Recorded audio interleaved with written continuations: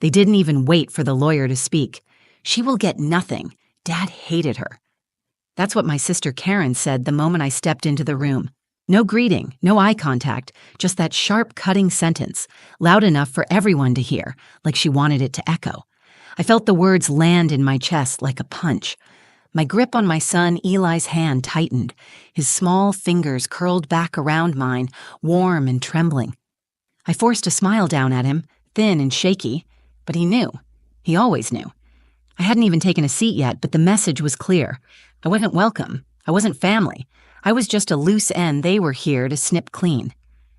Karen sat at the head of the table, perfectly poised in a gray pantsuit, her dark hair scraped into that tight bun she always wore when she wanted to feel superior. Her lipstick was sharp red, classic Karen, war paint for a battle I didn't know I'd walked into. Then came the voice I dreaded even more. My Uncle Rick, Dad's older brother, let out a dry laugh. He leaned back in his chair, fingers laced behind his head, that smug smirk of his spreading like oil across his face. "Even her kid knows she's worthless," Rick muttered, nodding toward Eli like he wasn't even human. Eli lowered his eyes to the floor. My heart cracked a little deeper. Around the room, a few heads nodded. My cousins, old neighbors, family friends I hadn't seen in years. People who'd long since picked sides, and I wasn't on theirs. I swallowed hard. My throat felt like sandpaper. The air was stale with the smell of dust, leather chairs, and whatever overly sweet perfume Karen had bathed in. I could feel my pulse in my ears, loud, hot, humiliating. I led Eli to the farthest chair at the end of the long mahogany table, away from the pack. The chair creaked when I sat. Eli climbed up beside me, his legs swinging above the floor, his hands folded in his lap like he was trying to disappear. Karen turned her head slowly toward me, and when our eyes met, she smiled. But there was no warmth in it, just pity soaked in poison. "You know this is pointless, right?" my sister Karen said, voice smooth and cold. "Dad rewrote the will, cut you out completely, said you were dead to him." I didn't respond. I couldn't. My tongue sat heavy in my mouth, useless. I just nodded slightly, like I understood. But inside, why did I even come? I thought maybe there'd be something. A note, a line, a sign he remembered me. Something to make it all make sense. Instead, I was back in the one place I promised myself I'd never return to, surrounded by people who made it clear they had already buried me, long before they buried him. And just as I was about to stand, to leave before they started carving up the estate like vultures. The door creaked open. Mr. Connors, my father's lawyer, entered the room, clutching a thick folder beneath his arm. He looked exactly the same, neatly pressed, tired eyes, and a face that gave nothing away. The room fell silent. Everyone sat up a little straighter. This was it. I braced myself for humiliation. I came expecting nothing, and I'd leave with exactly that. Or so I thought. Because what no one in that room knew, not Karen, not Rick, not even me, was that my son Eli had brought something with him, and with one sentence, he would unravel everything they thought they knew. "You forgot the video he recorded." It had been 8 years since I stepped foot in a room like this with my family.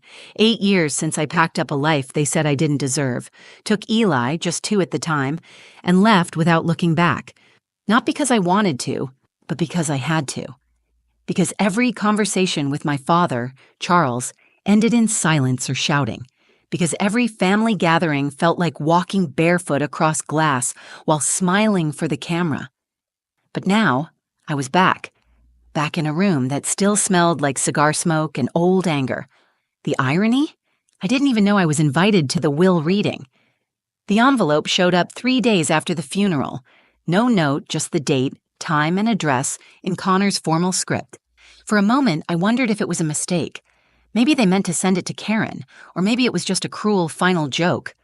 But Eli wanted to go. He looked at me with those wide, soft eyes, his voice quiet but certain. "We should go, Mom," he said. "Maybe there's something you need to hear." I don't know how a 10-year-old can carry that kind of wisdom, but he does. Sometimes I think he sees the world in ways most adults never learn to. So we came. I wore the plain black dress I hadn't touched since my mother's funeral, and he wore a little button-up that he picked himself. I braided his hair that morning with trembling hands, and he told me I looked beautiful. He didn't know I had barely slept, that I was terrified to face the people who'd treated me like a ghost for nearly a decade. I knew what they thought of me. Karen, the perfect daughter. She stayed. She helped. She took care of Dad. She made sure everyone saw her doing it too. She told the story so many times it became gospel. Julia abandoned the family.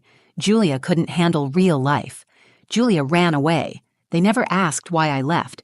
They didn't know, or didn't care, that Dad stopped speaking to me after I refused to stay in a marriage that was tearing me apart. That when I showed up on his porch with Eli in a suitcase, he shut the door without saying a word. That the one person who was supposed to protect me from the world had become another wall I had to break through. Uncle Rick didn't help. He was Dad's echo, always repeating the same bitter phrases. Family doesn't quit. Blood is loyalty. Don't come back crying. And Karen, she soaked it all up and turned it into a script she could weaponize. So I stopped trying. I built a quiet life for Eli and me. We didn't have much, but we had peace, and love, and laughter.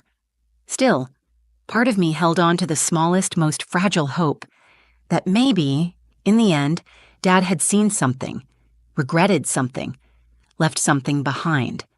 Maybe that's why I opened the envelope, why I showed up. But now, sitting in that room surrounded by hard eyes and smug smiles, I felt foolish for hoping. Eli hadn't said a word since we sat down. He sat straight, hands in his lap, eyes scanning the room like he was studying each face. His calm unnerved me a little, like he was waiting for something. And then Mr. Connors cleared his throat and opened the folder. I leaned back in my chair and whispered to myself, "Just get through this. Don't let them see you break." But Eli? He was sitting on something bigger than grief. And before this was over, he'd prove he was the only one in the room truly listening to my father. Mr. Connors cleared his throat again, the way lawyers do when they want the room's attention without actually asking for it. He adjusted his glasses, flipped open the folder, and began reading the will like it was just another Tuesday. I barely heard the first few lines. Generic legal stuff, estate definitions, executor declarations. My mind was spinning, not with what he was saying, but with what I knew was coming. He wouldn't say my name. I was sure of it. Still, every time he paused to turn a page, I held my breath like maybe, just maybe, the next words would be different. Maybe he'd surprise me. But no. It was all the usual suspects. To my daughter, Karen, I leave the primary residence and all its contents. Karen's face didn't move, but I could feel her satisfaction like perfume wafting across the table. She glanced sideways at her husband, Neil, who gave her a smug little nod like they were already planning renovations. To my brother, Rick, the lake property and all remaining shares in the family business. Rick leaned back further in his chair, arms folded, chin high like a king, surveying his newly acquired kingdom. I watched him slide the cigar back between his teeth and bite down gently, like he'd already won something. To Paul, my nephew, the vintage car collection. Paul? The cousin who once locked me out of my own room at age 9 just to watch me cry? That Paul? I bit the inside of my cheek to keep my face from cracking. I could feel the tears gathering behind my eyes, hot and sharp, but I didn't let them fall. Still no mention of me, not even a footnote. Then came the line I'd been dreading. And as previously declared, my daughter Julia will not receive a portion of this estate. There it was. Simple. Final. Like a closing door. I felt like I'd been punched in the chest. Eli's fingers slipped into mine under the table. I hadn't even realized my hands were clenched in my lap. His touch brought me back, anchored me before I drifted too far. I could feel my heartbeat behind my eyes. My skin burned. And then came the whispers, low but intentional. Karen let out the softest scoff. "Told you," she muttered to Neil. Uncle Rick shook his head like it was all so predictable. "Takes a certain kind of person to walk away from her own father," he said louder than he needed to. The others, the cousins, the so-called family friends, didn't say much, but their silence was just as loud. I stared down at the wood grain on the table. The lines twisted and spiraled, almost hypnotic. It was easier to look at that than their faces. I could hear my own voice inside my head, flat and hollow. Why did I come? Why did I think he'd remember me? But then, Eli moved. He let go of my hand and sat up straighter. I felt the shift before I saw it. His voice cut through the tension like a tiny blade, soft but unshakable. "You forgot the video he recorded." The room froze. Karen blinked. Rick turned. Mr. Connors paused, pen still hovering over the page. I turned to Eli, confusion flooding my brain. "What video?" I asked, barely above a whisper. But Eli wasn't looking at me. He was looking straight ahead, steady, certain. He reached into his backpack and pulled out a small white envelope slightly crumpled but sealed tight. My name was on the front, but underneath it was Dad's handwriting. For the lawyer, only if it gets ugly. I didn't understand it yet, but Eli did. And suddenly, for the first time all day, I felt the balance in the room shift. I stared at the envelope in my son Eli's hands like it was radioactive. He held it so calmly, like it wasn't the most dangerous object in the room. But my eyes were locked on the handwriting across the front. Sharp, all caps, unmistakable. My father's, for the lawyer, only if it gets ugly. Well, it had gotten ugly. I could barely find my voice. "Eli, where did you get that?" He looked up at me, his expression soft but steady. "Grandpa gave it to me a while ago. He told me to keep it safe." My heart stuttered. He gave it to you?" He nodded. "The day we visited him, just me and him, you were at work." I blinked hard, trying to pull memory into focus. I remembered that day. Eli had asked if he could go with my neighbor to drop off something at Dad's. It was the first time I'd let him go without me. I had no idea they even spoke. Now Mr. Connors reached across the table. "May I?" he asked gently, and Eli handed the envelope over without hesitation. The entire room leaned in. Karen was squinting like she couldn't make sense of it. Rick shifted in his seat, no longer slouched. For once, nobody had anything to say. The envelope made a quiet tearing sound as Connors opened it. Inside was a USB drive, small, black, ordinary. But my pulse kicked like it was a grenade. Connors furrowed his brow and pulled a note from the envelope, too. Another page in my father's handwriting. His eyes scanned it, and for the first time since he walked into the room, his composure cracked. Just slightly, but I saw it. He didn't speak right away. He just nodded slowly, like something unspoken had been confirmed. "Everyone," Connors said, his voice quieter now. "There is a video message from Charles Thomas, recorded before the final version of this will. It was sealed with instructions to be played only if this situation became contentious." His eyes flicked to Karen, then Rick. They both shifted in their chairs. Karen scoffed. "This is ridiculous. He didn't say anything about a video." Uncle Rick leaned forward, voice harder now. "We don't know what's even on that thing. Could be fake." Connors raised a hand. "It's time-stamped, authenticated. I recognize the handwriting and signature, and per his instructions, I'm legally bound to play it." He plugged the USB into a sleek black laptop sitting on the desk beside him. The screen flickered to life, the logo dissolving into a black frame with a single word: play. The air in the room changed. No one spoke, no one moved. I could feel my heartbeat in my fingertips. I gripped the arms of my chair like they might keep me from floating off into some other world. My breathing was shallow, shaky. Why would Dad leave a video?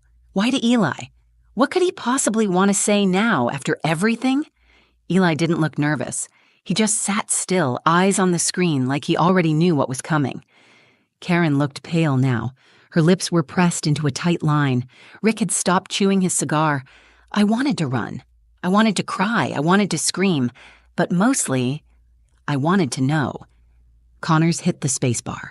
The screen went black for half a second, then flickered, and suddenly there he was, my father, older, thinner, sitting at his desk, wearing that navy sweater I bought him for his last birthday, the one I didn't know he'd ever worn.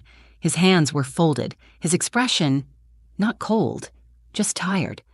He looked straight into the camera, and then he started to speak. I didn't breathe. Not when the screen lit up. Not when I saw his face. Not when I heard the first two words leave his mouth. "Hi, Julia." He looked older than I remembered. His skin had thinned. His once proud posture had softened. But it was still my father, Charles Thomas, sitting at that worn oak desk with the antique globe behind him, just like when we were kids. Only this time, his expression wasn't stern or distant. It was human.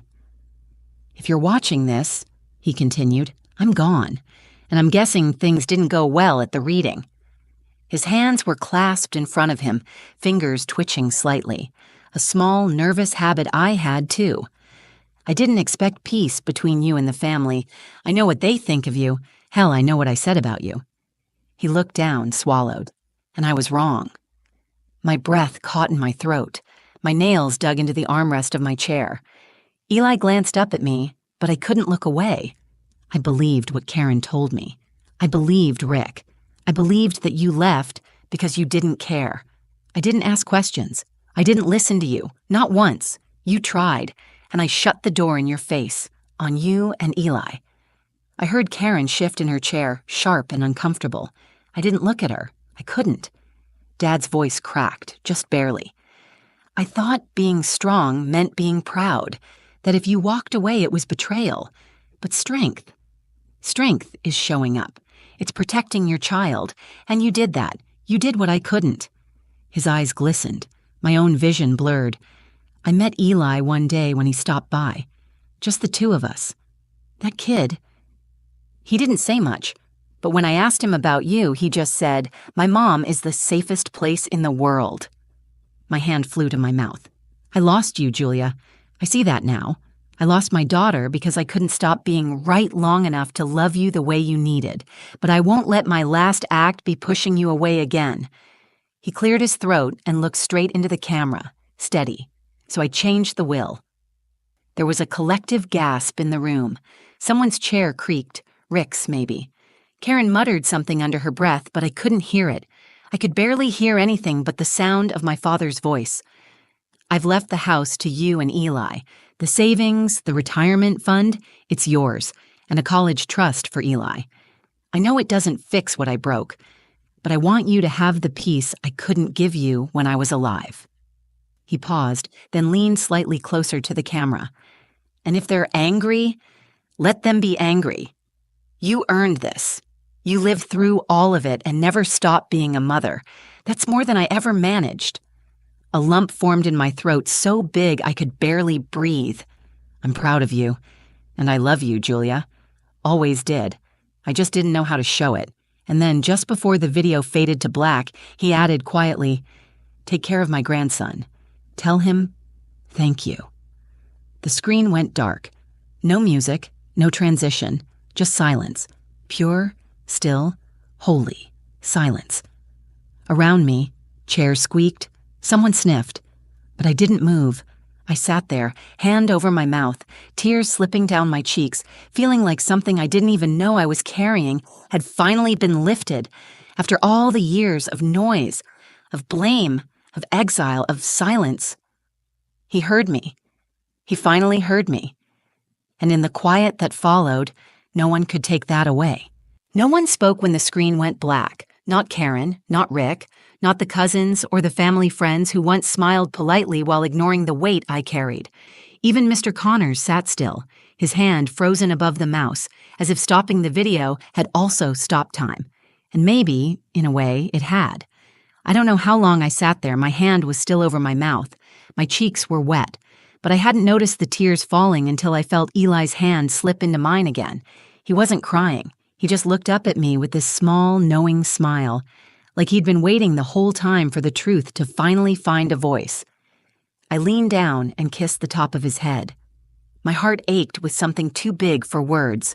Love, relief, grief, all knotted together. Across the room, Karen stood abruptly. Her chair screeched against the floor. She picked up her bag with shaking hands and walked out without a word. Her husband trailed behind, red in the face, mumbling something under his breath. Rick stayed seated longer, jaw clenched, eyes fixed on nothing. When he finally stood, he looked at Connors like he wanted to argue. But even he knew there was nothing to fight. My father had spoken. His truth was now unignorable. The others followed, one by one. Some couldn't meet my eyes. A few offered quiet nods. Pity or maybe respect. I couldn't tell. Soon, it was just the three of us left. Connors gently closed the folder and cleared his throat. "There will be some paperwork," he said, voice softer than before. "But everything's in order." I nodded. I didn't know what to say. What could I say? He gave a small smile, genuine, and left us alone in the room.